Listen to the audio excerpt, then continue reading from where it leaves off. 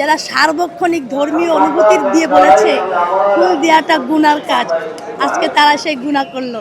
বাস্তবে বলতেছে আমি হাসি থামাতে পারছি না। ফান্দে পড়িয়া বগা কান্দে রে, আজকে তিনি ফান্দে পড়িয়াছেন এবং কেঁদেছেন। শুকর এটা খুবই হাস্যকর এবং বাস্তবে বলতেছে আমি হাসি থামাতে পারছি না। 2 দিনের বৈরাগী ভাতের কয় অন্ন, গ্রাম্য একটি প্রবাদ আছে।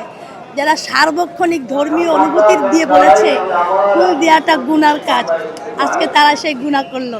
যাই হোক, তাদের সবসময় তারা বলে এসেছে এবং আমরা যারা বাঙালিরা ফুল দিতে এসেছি তখন তারা বলেছে এটা ধর্মীয় বিধান না, এই ফুল দেওয়া যায় না।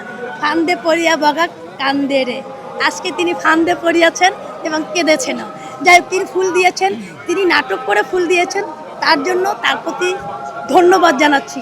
নাটক হলেও তিনি যে ফুল দিয়েছেন ভালো লাগছে। বিভিন্নভাবে বিভিন্ন রকম বিভিন্ন মন্তব্য করা যাবে।